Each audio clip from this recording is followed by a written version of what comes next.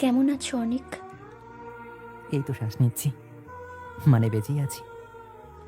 এটাকে কি বেঁচে থাকা বলে? মরেও তো যায়নি। ভুলে যাও আমায়। মনে রেখেও বা কি লাভ হয়েছে আমার? তাহলে যে ভুলেও যাওনি। ভুলে যাওয়ার জন্য তো আমি তোমাকে ভালোবাসি নীলা। এখন আমার একটা মেয়ে আছে অনিক। হ্যাঁ জানি, চোখ দুটো একদম তোমার মতো হয়েছে, গায়ের রংটাও তোমার মতোই ধবধবে ফর্সা হয়েছে, ঠোঁট জোড়া তোমার মতো গোলাপি, শুধু নাকটা ওর বাবার মতো হয়েছে, তাই না? 5টা বছর কেটে গেছে কিন্তু। তাই নাকি? তুমিহীন তাহলে তো আমি অনেকগুলো বছর পার করলাম। সেটা তুমি আজ বুঝতে পারলে? আসলে আমার ঘরে আজও 2020 সালের ক্যালেন্ডারের সেই জানুয়ারি মাসের পাতাটাই চলছে। সেই পাতার 26 তারিখটা লাল কালি দিয়ে দাগিয়ে রেখেছি। মনে আছে লীলা সেই দিনটা, যেই দিন তুমি আমার হাতটা ছেড়ে চলে গিয়েছিলে? আমার আজকাল আর তোমায় মনে পড়ে না অনিক। স্বাভাবিক, মনে রাখার জন্য তো তুমি আমাকে ছেড়ে যাওনি, তাই না? আমার কাছে আর কোনো উপায় ছিল না। তুমি চাইলে উপায় ঠিকই বের হতো। ভাবার দায়িত্ব তো আমি নিয়েছিলামই, তোমায় শুধু আমার হাতটা ধরে রাখতে বলেছিলাম। বাদ দাও না সেসব কথা। এতগুলো দিন চলে গেছে, এবার জীবনটাকে গুছিয়ে নাও। আমার অগোছালো জীবনের বদলে তুমি তোমার জীবনটা গুছিয়ে নিয়েছো, আমার জন্য এটাই অনেক। আমার জন্য তুমি অনেক ভেবেছো নীলা, আর ভাবতে হবে না। কি চাইছো কি তুমি অনিক? আমি তো এখন আর কিছু চাই না, সেই যে তোমাকে চেয়েছিলাম জীবনে, কিন্তু পেলাম না তো। তারপর থেকে আর কোনো কিছু চাইতে ভয় করে নীলা। আমি জানতে চেয়েছি তুমি এখন কি চাইছো। বললাম তো, আমি আর কিছুই চাই না। তুমি একদম আগের মতোই আছো। একটা সহজ বিষয়কে জটিল না বানিয়ে তুমি ছাড়বে না। যদি বদলেই যেতাম না, তাহলে আজকে তুমি আমার পাশে অন্য নারীকে দেখতে পেতে। আমি চাই তোমার পাশে অন্য নারীকে দেখতে। সব তো আর তোমার ইচ্ছে মতো হবে না, তাই না? বেশ, আমি আর এ নিয়ে তোমায় কিছু বলবো না। আচ্ছা নীলা, তোমার কাছে ভালোবাসা মানে কি?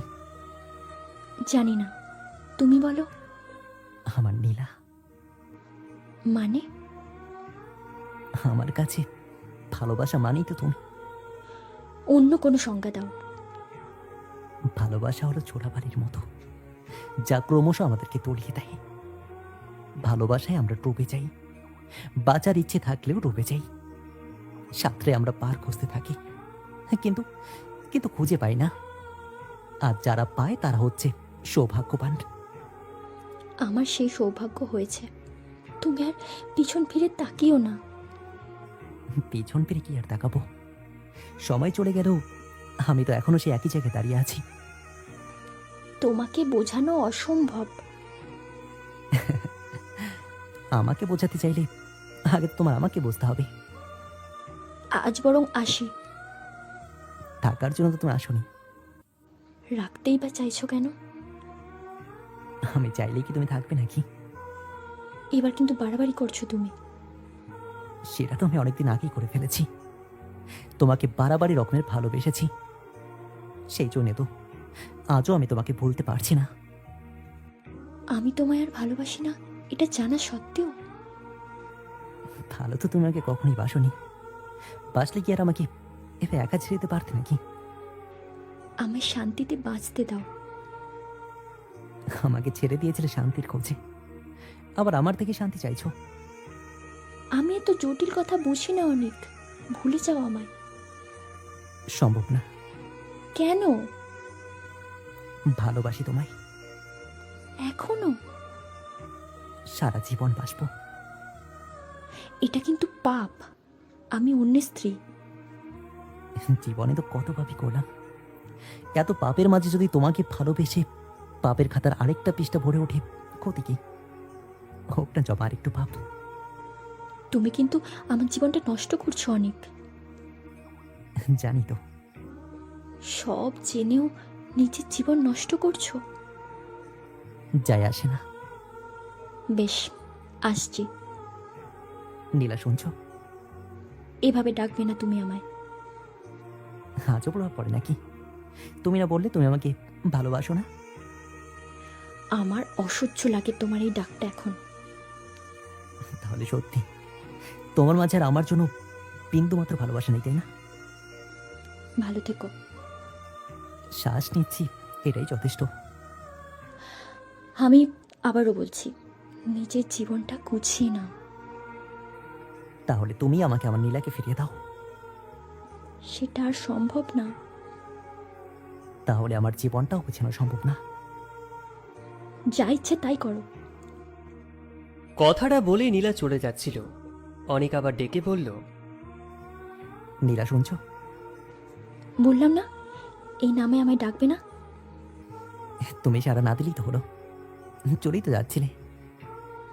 তুমি মানুষটা বড্ড খারাপ। এই খারাপ মানুষটার কাছে তুমি আর কখনো এসো না, লোকে বদনাম করবে।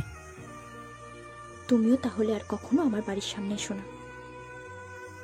আমি তো চাই না কিসের জন্য একটা মায়া আমাকে টেনে নিয়ে যায়। মায়া কাটাতে শেখো। আমি তো তোমায় শুধু ভালোবাসতেই শিখেছি, এছাড়া আমি আর কিছুই পারি না। আর পিছু ডেকো না আমায়। তুমি আমারটাকে সারা দিও না, তাহলেই তো হলো। সত্যি তুমি পাগল হয়ে গেছো অনেক। এবার কথাটা বলেই এক প্রকার দৌড়ে চলে গেল নীলা, আর পিছন ফিরে তাকালো না। পিছন ফিরে তাকালে যে পুরনো প্রেমের মায়ায় পড়ে যাওয়ার আশঙ্কা আছে, তার যে আর অন্য কারোর মায়ায় জড়ানো বারণ। তার স্বামী, সন্তান, নিজের সংসার সব আছে, কিন্তু অনিক তো তার পুরনো স্বভাব ভুলতে পারল না। আজও নিজের অজান্তেই সে তার নীলাকে খোঁজে।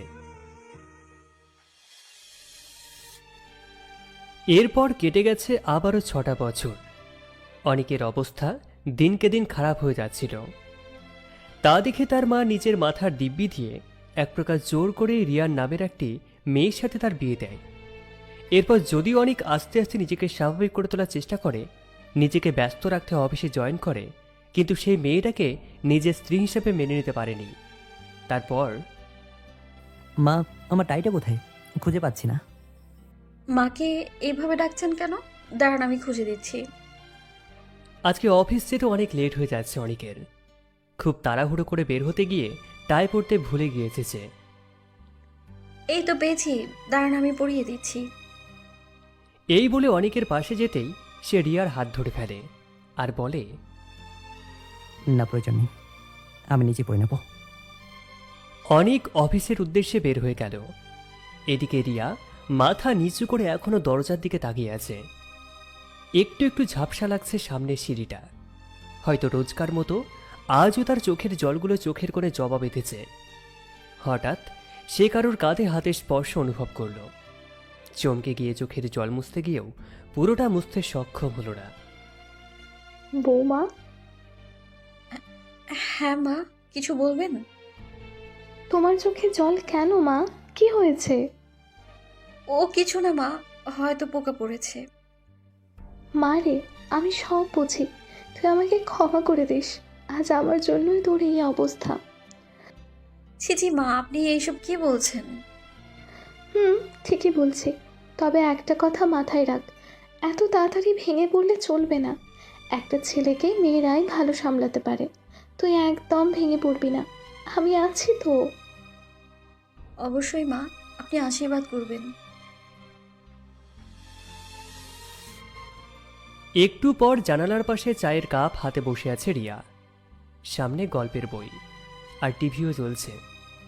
সিরিয়াল দেখার ফাঁকে ফাঁকে হিরো হিরোইনের রোম্যান্সগুলো বেশ ভালোভাবে লক্ষ্য করছে সে। মুহূর্তেই তার মনটা খারাপ হয়ে গেল, কারণ বিয়ে হয়েছে আজকে 2 বছর, কিন্তু অনেক কখনো টিভির ওই হিরোদের মতো করে তাকে সত্যিকারে জড়িয়ে ধরেনি। আসলে রিয়া খুব সাদাসিধা একটা গ্রাম্য মেয়ে, লেখাপড়াও করেছে অনেকটাই, কিন্তু অন্যদের মতো কোনো প্রকার চঞ্চলতা তার মধ্যে নেই। তার অনেকও হয়তো আড়ালে আবডালে তার মাঝে নীলার মতো চঞ্চলতা খুঁজে বেড়ায়, ফলে সেটা না পাওয়ার কারণেই তাকে আবারও দূরে ঠেলে দেয়। বিকেল পার হতেই কাজকর্ম শেষ করে আবারও গল্পের বইয়ের দিকে মন দিল রিয়া। একটু পর কী জন্য যেন আলমারির দিকে চোখ পড়ল তার। কিছুদিন আগে একটা ছবির অ্যালবাম দেখেছিল সে। সেখানে অনেকের বেশ কিছু ছবি আছে, যেগুলোতে ওদের ছোটবেলার ছবিটাও থাকার কথা। সাথে সাথে চাবি নিয়ে আলমারি খুলে ফটো অ্যালবামটা হাতে নিল সে। অনেকের ছবিগুলো বেশ সুন্দর লাগছে। সব ছবিতে কিউট একটা হাসি রয়েছে। বিয়ের পর থেকেই এই টাইপের হাসি কখনো দেখেনি সে। সারাক্ষণ কেমন জানি মুখটা ভার হয়ে থাকে তার। অ্যালবামটা বেশ বড় ছিল। এক এক করে অ্যালবামের প্রতি ছবি দেখে সেটাকে যথাস্থানে রেখে দিতে গেল। সেখান থেকে ছোট্ট একটা ডায়েরি রিয়ার চোখের মধ্যে পড়ে। অ্যালবামটা আলমারিতে রেখে দিয়েই ডায়েরিটা হাতে নিয়ে পড়তে থাকে সে। বেশ পুরনো ডায়েরি। এটাতে অনেক কিছু অনেকের মনের কথা লেখা আছে। স্পষ্ট লেখা আছে নীলা নামক এক মেয়ের সাথে অনেকের রিলেশনের কথা। লেখা আছে অনেককে কথা দিয়ে তাকে ঠকিয়ে নীলার অন্য কোথাও বিয়ে নেওয়ার কথা। এক কথায় বলতে গেলে অনেকের অতীতটা এই ডায়েরিতে সীমাবদ্ধ। আরে বেচারা শেষমেশ ছ্যাঁকা খেয়েছে। হি হি করে হাসতে লাগলো রিয়া। আবারও ডায়েরির লেখার দিকে মন দিল সে। সেখানে নীলার আচরণের, কথা বলার ধরন, অনেকের প্রিয় কালার, ভালো লাগার মোমেন্ট এবং নীলার সাথে কাটানো মিষ্টি কিছু অনুভূতির কথা লেখা আছে।